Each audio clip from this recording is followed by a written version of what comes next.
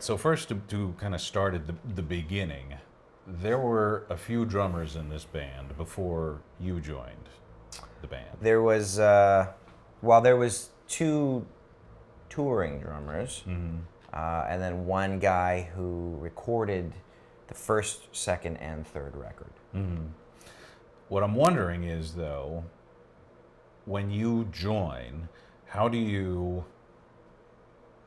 what was the key to honoring what came before while also forging your own path? Yeah, it's a good question. That was kind of difficult to a point. However, the second drummer, Brent Fitz, who is a very good friend of mine, gave me a lot of. I basically took his place, and he called me when he was leaving the band, saying, would you like to take my place? I think you'd be a great fit. And I had been watching him for years. He's kind of, even though he's a friend, he's still an idol.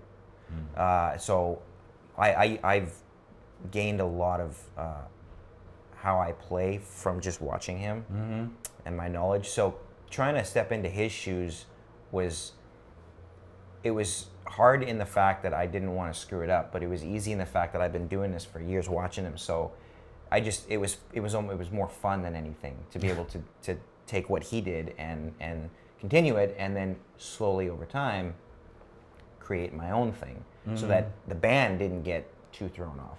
Yeah. He was kind of the one that spent most of the touring years with the band, the more crucial ones. So the first drummer, Tim, I've actually never met him, and if I have, it was very briefly, and sorry Tim if you watch it. But he wasn't around for a long period of time. Yeah. So I didn't really get a chance to, watch him or anything like that. So basically it was Brent Fitz, and then trying to play the parts properly was the other thing, because Robin Diaz was the one who recorded the first three records, and his playing style is different than mine, but it's very straightforward rock, so that was kind of what I was able to do anyway. Yeah. So just being able to just make sure I played his parts properly live was my intention, and I think I did that pretty well without, bringing in my style too quickly. Yeah. And then just over time, just transforming until it became all me and none of those guys. Yeah. Although I have a theory that it's like you can't get away from your own DNA as a musician, in that, you could have two drummers play the exact same groove, and it's gonna sound a little different. No matter what. Yeah, and not that one is better than the other, but there's just something about what they bring to it, or even just the mechanics of how they hold the stick, that's going to tweak things a little bit. 100%. I watched Robin, play drums, and I love his style. Yeah. I can't figure out how he does it. I've tried. Believe me, I've tried many sound checks. I'm like watching him play. I'm like, what's he doing with his arms? What's he doing with his hands? But yeah, you're right. You can't replicate that. You can only do what you do. Try and make the best of it. I was in cover bands long before, like for years and years and years and years, being professional before I joined Theory. So learning how to play other people's parts was my job. So coming into this camp, that saved me, basically. Oh. Yeah, to be able to try and play like, sound like Robin and look like Brent. So, and then, like I said, eventually being me. Yeah. Okay. And how was it, how did you insert yourself, your core you, into the sound? And was it something you discussed with the rest of the band? Or was it just, it seeped out of you over time over live performances after live performances, or when you got into the studio? Certainly live performances. Okay. It was the beginning stages of the third record when I got brought in. I started to play the parts verbatim. I wanted to come in and just play verbatim like the record. At that point, the band had never played these songs because I got hired right before the first tour even started with the new stuff. So all I had to do was just make sure I played the first two records verbatim, and the third record, well, they didn't have anything to compare it to because nobody had ever played that stuff before. So it was definitely the live thing. And when they felt, it was a decision I made based on what I felt was right at the time. When the band felt comfortable with my playing, I could tell by watching them every night that they were very comfortable with what I was doing with the first 2 records stuff, very comfortable with the third, obviously just because there was, like I said, nothing to compare to. And when I felt it was strong on stage and everybody was comfortable and they knew where I was always coming into my ones and whatnot, that was when I decided to say, I'm going to now bring my style in and solely and see how they deal with it. And it was flawless. I mean, it seemed like they fell right into the way I played, and it felt so comfortable. I'm like, we're good. Wow. This is it. Where I don't have to worry about this anymore. And I think it's a good point for guys or women who want to be professional drummers or any musician. The idea of you're going to have to prove yourself, odds are, with someone else's part, with someone else's material. Yeah. And then once you do, through that, you earn the right to show off your own style. That's what correct. You bring to the mix. 100%. And I never hear that being talked about, though. You know, I don't know. It's like there's a gap. You know, it's like everything you read about drumming or hear with interviews, it's either, okay, when you're first starting out, and how do you cover this bottom groove? And then they jump ahead to, oh, you know, when I wrote this piece, you know, for this 20-minute prog rock song kind of thing, you know, and it's skipping over that very important middle chunk where, as a professional musician, can you bridge that gap between playing others' material in a way that's genuine and that sounds good to, all right, I'm going to start bringing my own style? And is there a way to teach that, or is it just an experience thing? Yeah, no, I don't know that there's any way to teach that. I think for me, it was just trying to be aware of, for one, when you're the drummer, you're the bus driver, right? Mm-hmm. So the band counts on you to show up and be amazing every single night. Mm-hmm. You don't want them to feel uncomfortable, especially the lead singer. He's counting on you. Mm-hmm. Literally. Yeah. So I don't want to throw him off. It's my job to make sure that, my job is not to look awesome on stage. My job is to make sure he looks awesome on stage. Mm-hmm. And because that's what everybody's looking at. So I certainly didn't want to throw him off. And I guess because I was playing professionally or playing for a very serious reason, not just playing in my basement jamming and goofing around, I knew that coming into this camp, that's his job, is to be the star. Mm-hmm. My job is to make sure he can be his star. So for me, it didn't seem hard to understand. I assume that you wouldn't have to teach something like that. I would assume drummers that take this seriously would understand that. Maybe not.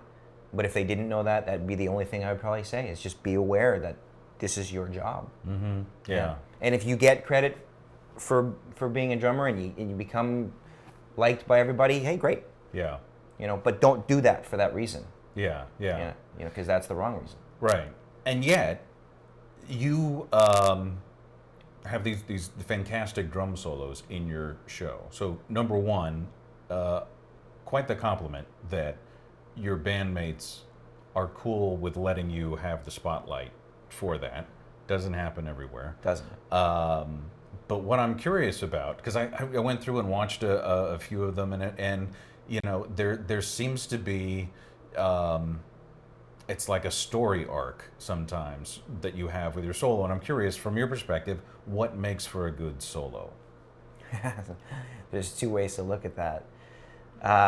It's a personal thing, because each drummer talks about they talk through their drums differently. Mm-hmm. I'm not a funny guy. I'm not comedic. I'm not super outgoing. Not loud. So when I speak, just to people, I'm kind of just to the point. I don't really have a lot of crap to say. Yeah. I just say what I need to say, and then I'm done. And I feel like my drumming is the same way. When I speak, I only like to talk about things that I'm passionate about, and sometimes I can get a little bit dramatic about it, just because it's something I feel deep inside, and that's what I talk about. I feel like my drumming is kind of the same. So the fact that you said that, you have a story to the solo, definitely. That's because I speak through my drums when I'm not talking. My drums speak for me, and I designed the solo to have that. It's crazy that you actually noticed that. You're paying attention. So it's interesting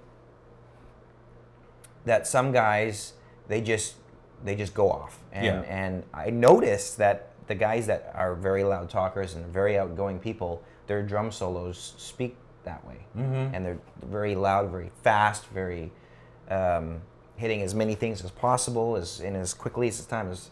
And I'm trying to. I don't feel that way. I'll end the solo kind of that way, just because I still have to excite the crowd to a point. But I like to start the solo with a little bit more drama, a little bit more theatrics. Not that there's crazy theatrics, but a little bit. Yeah.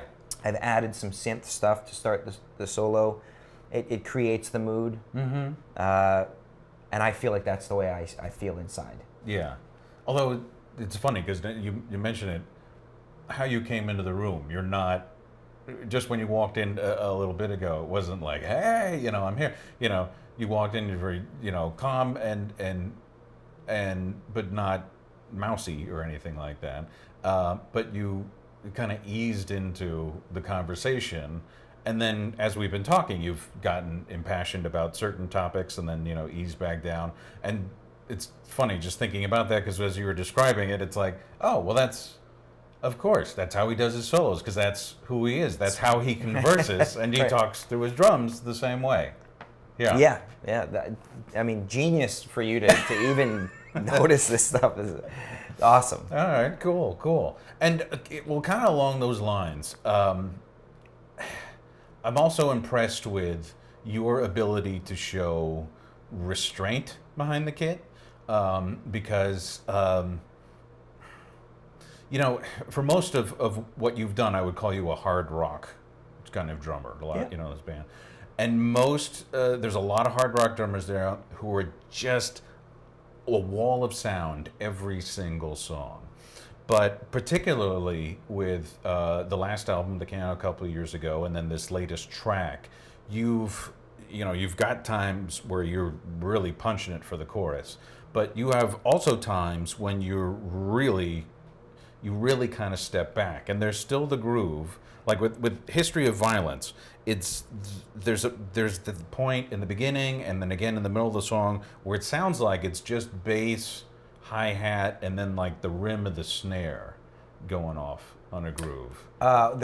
In the verse of History? Yeah. Yeah, it's just like instead of you, actually, I don't actually have my hats. I'm using the rim of my snare drum on a quarter note, actually on a 16th note, 8th note, I'm sorry. I had to think about that. 8th note pattern, as opposed to the hats, I use my rim to keep that pattern going, and I use a rim shot with the kick drum. So that's the whole verse. It's just like that, yeah. And so it's very scaled back, but still efficient.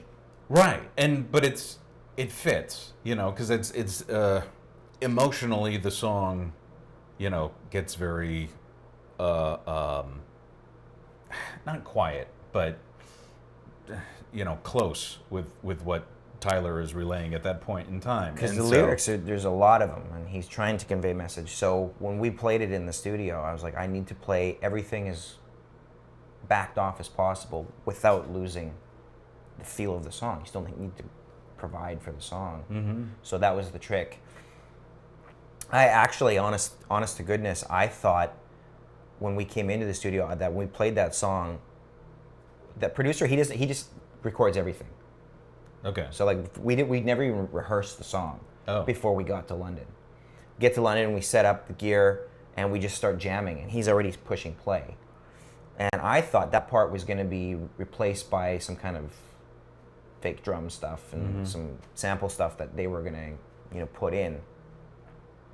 So I was just trying to pretend that I was that sample, and that's how I came up with the idea. I'm like, I just want to keep it really simple so that it'd be easy for them to replace. Turns out they kept it because it actually worked.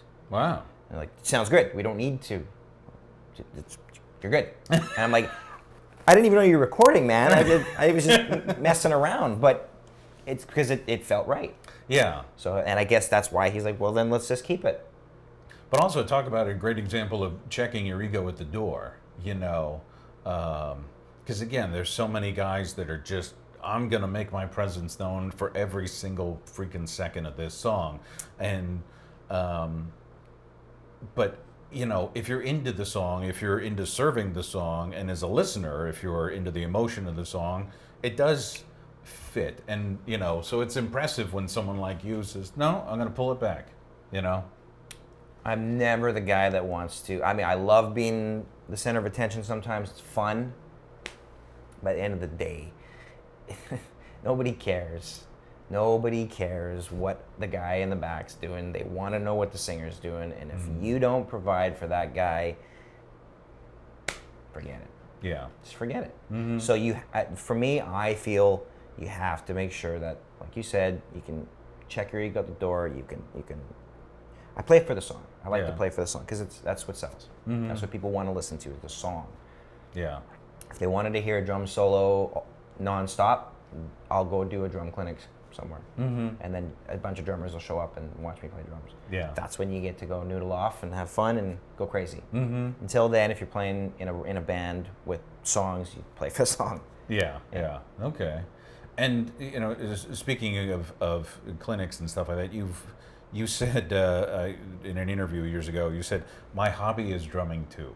It is. Which I thought was a really cool line. But it makes me wonder, okay, so how much of that is the discipline of, all right, I need to put in more time, and how much of it is effortless obsession? It's the second one. Yeah? Effortless obsession. That's actually a killer line. It's totally true. I've been playing since I was 3 years old, believe it or not. I didn't believe it either. I was showed video, photos. I'm like, I guess I really did. It was something I didn't ever have to work for. It was something that came to me and I wanted to do it.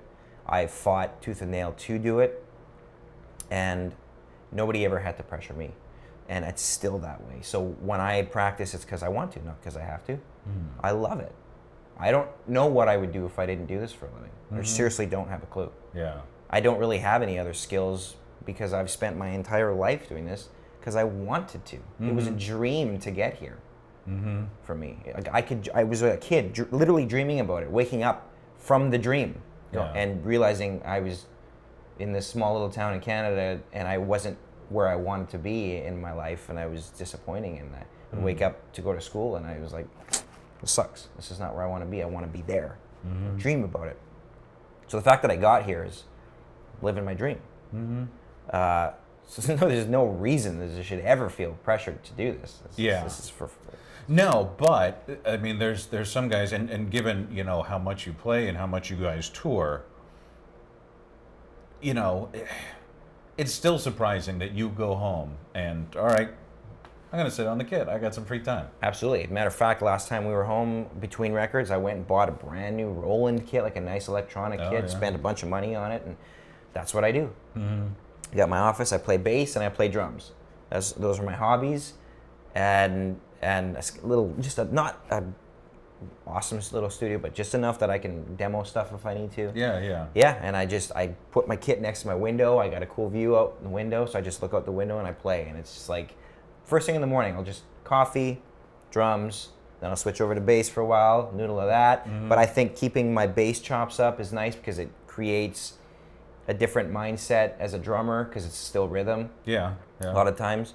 And then for me now as a bass player, I can come to my bass player in theory, and I know where his mind's at when he's playing to a drummer. So it's it's great. I love it, and it just again fun. This is fun, really. Well, and that also makes me wonder though, when you're drumming as a hobby, when you're drumming with that morning coffee, how is what you do then different from what you do with the band? I'm always playing a different stuff in the mornings and in the evenings, whenever I'm playing at home. I don't play to our stuff. I don't practice our stuff. I play it a million times. So, and I kind of generally don't even really practice rock. I'm playing other stuff, trying to learn other styles that I can maybe incorporate into this. What's been drawing your attention lately? It's kind of like the big band swing stuff, which is kind of weird. It's actually really what caught me into it was the Roland module that I bought has this loop. It's like a big band swing loop, and I came upon it by accident trying different things, and I'm like, that's cool. And I started to play to it, and I fell in love with it. And my family was over one time, and like my mom and my sister, everybody was over, and I started playing this, and I called them all in. I'm like, listen to this. Listen how cool this sounds. So I started to play along with it. Yeah. And they didn't want to leave the room. They were like snapping, and it was like a little party inside my office, and they didn't want to leave. They're like, just keep playing, and they loved it. And I felt this. I'm like, I got to learn more about this. So it was, and which is completely not what we do at all. And I don't even know that I can even incorporate that into what we do. Yeah. But just being able to play it is, for me, it means something, because it reminds me that I'm a drummer. Yeah, and I think even on a subconscious level, when you do things like that, there's got to be things that you will learn or take in that are then applied to your quote day job. Yeah. Not as obvious. Like, oh, that's that's obviously a big band fill that he's playing. Not like that, but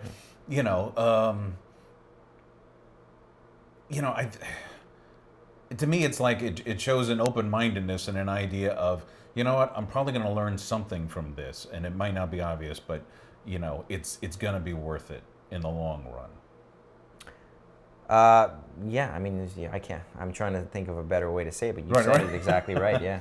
All right. Well, then this, I got to ask. So, does this mean you've also delved into those Burning for Buddy albums? Oh yeah, I grew up listening to that. Oh, okay. Grew up listening to that. That was huge for me. Love that stuff. Yeah.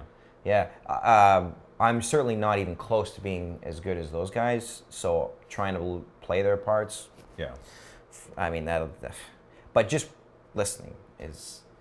I can take little tiny pieces of it. Watching Dave Weckl play drums, listening to him play is just like, it makes me feel like I'm just like I'm garbage, It's so good. And Simon for the record, Phillips Burning for Buddy, a tribute album for Buddy Rich, put together by Neil Peart with all of these rock drummers, playing all these classic Buddy tunes.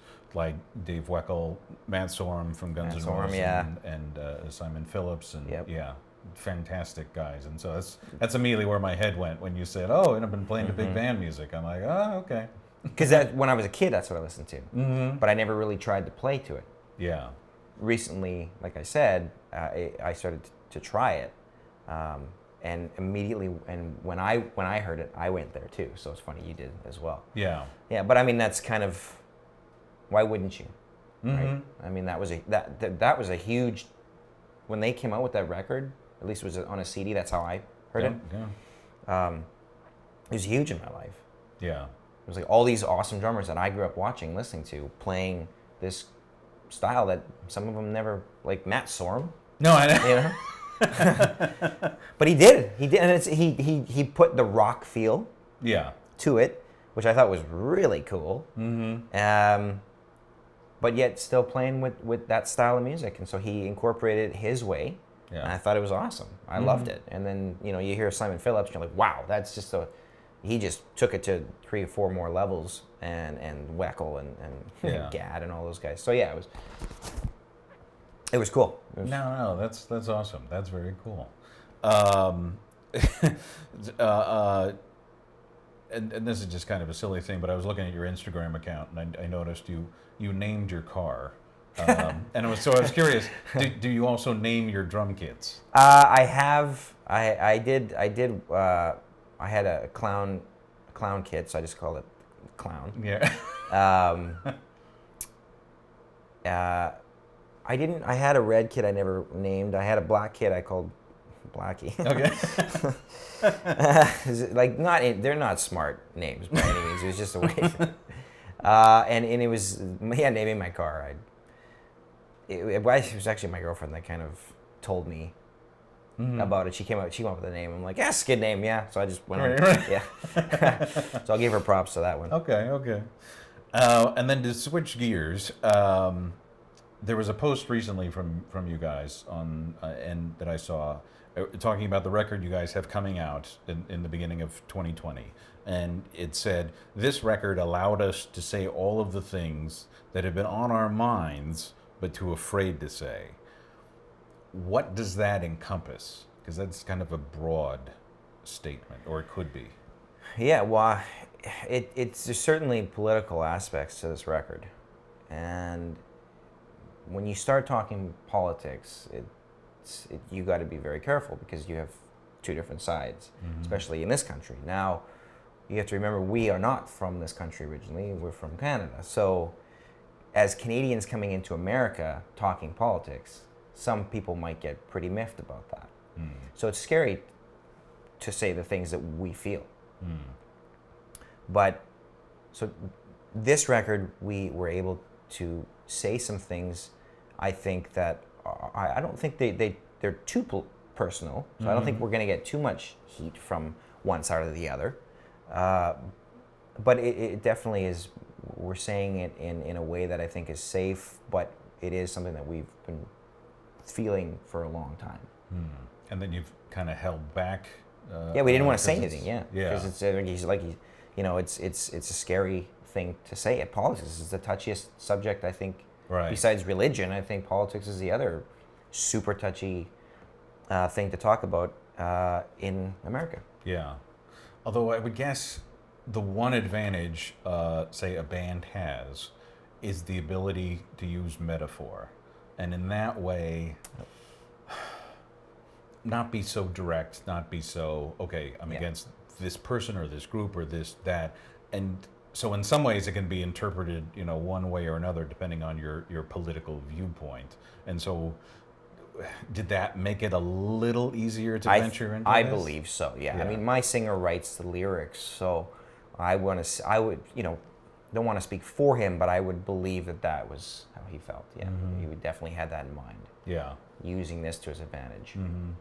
And is it a collective point of view? It is. Okay. Yeah, 100%. Yeah. So we it all is feel the same. band. Yeah. Okay. The band's, he's speaking for us.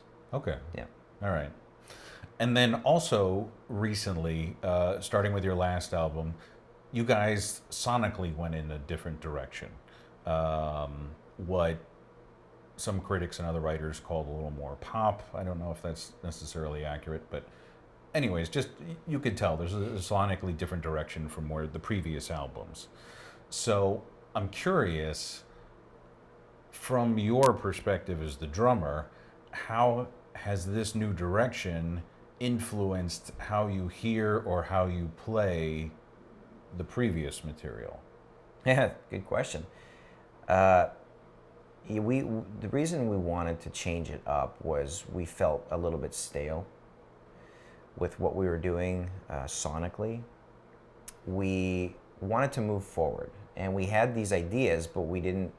Again, we were at the time afraid to put them out because we didn't know how people were going to react. And eventually, we just got to the point in our careers and we went, you know what, screw it. There's too much pressure here. It's like we wanted to go back to like how we felt when the band made the first record. You don't have fans. You don't have nothing to compare it to. You have no pressure. You just make the music you want to make, and you hope you get signed, and you hope that you can, make it. Yeah. And so we took our mentality, went right back to square one, but with a completely different sound, a sound that we wanted to try. And so we used a different producer, and that's what we came up with, and it felt awesome. It felt like we moved forward finally. Yeah. Incorporating that live from the old stuff, definitely a task. I won't lie, it wasn't something that we just did the first time and went, piece of cake. No, because it's totally different stuff. So, the sounds are different. So all of a sudden it's like, I need to make my drums sound like they sound on the record, but you can't do that. The drums sound like drums. So my trick was, well, we use some samples on the new stuff, so I'm going to incorporate that onto my kit now. The stuff that I'm playing on the kit on the record, it's not going to exactly sound the same. I tune my snare drum a little differently live than I would in the studio, especially for that, because again, I still have to play the other stuff. Yeah. So I try and I play the way I played on the new stuff, but on a drum kit that sounds like the old stuff. Okay. I may hit the drums a little differently. I've actually changed the way I do my toms now. I don't actually mic my toms anymore. I trigger them. Oh. So, and with mesh heads. Okay. So my toms have no sound to them. Like with the Roland drums? Yeah, so it's like a Roland kit, except but they're mesh heads on my actual drums. Okay. And I have internal triggers going to a module, and those sounds are in there. I'm still playing the drums. Yeah, and but it still sound-wise, has a feel like a regular tom. Oh yeah. Okay. Yeah, everything sounds like I had drummers, professional drummers from the opening bands. Yeah. Were like, can't tell. It's awesome. Like, holy cow. But also, physical feel for you hitting. It's different. I had to get used to it because mesh heads are bouncy. Yeah. Not like a real head. You can go on a mesh head all day long and it's effortless. Try and do that on a real head and it's it's way harder.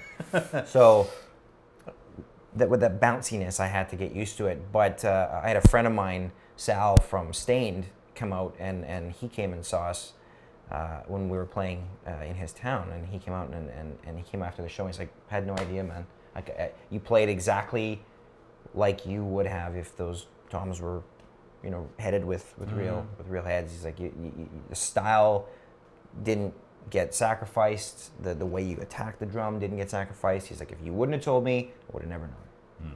Wow. Yeah. Okay. So, but I had to work for that.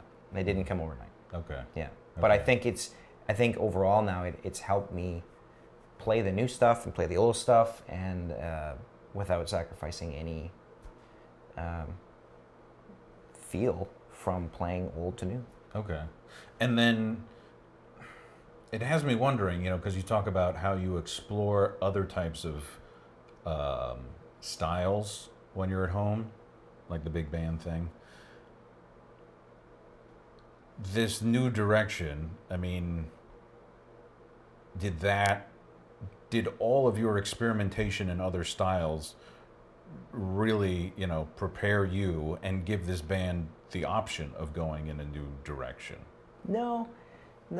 What I did there had nothing really to do with it. And as a matter of fact, going into the studio, I came in completely I had no preconceived notions. Yeah, I came in with nothing. I didn't want to have anything in mind when I came in. I was blank. Okay. I wanted to be completely open and just accept whatever happens in the studio. I didn't want to bring in, different feels and nothing. Again, the producer didn't even want us to rehearse any of the stuff before we showed up. He wants everybody coming in with a blank slate. And whatever we create there is what the record's going to be. Okay. I don't want different kind of feels and thoughts and just nothing.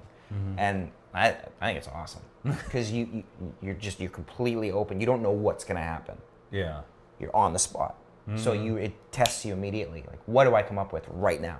And it also makes me wonder, in this age of digital recording, when you can get so close to, quote, perfection, do you think musicians often overthink what they're doing in the studio? 100%. Yeah, because they can. But I think it's a human nature to overthink things. We tend to do it on a pretty regular basis, and that's just with your daily lives. I overthink things all the time. I'm a head case sometimes because of it, but the cool thing about us using that producer, Martin Tereffi in London, is that he's still that kind of old school guy where he just pushes play and just lets it go, right? Like I was saying. He really didn't do a whole lot of fixing.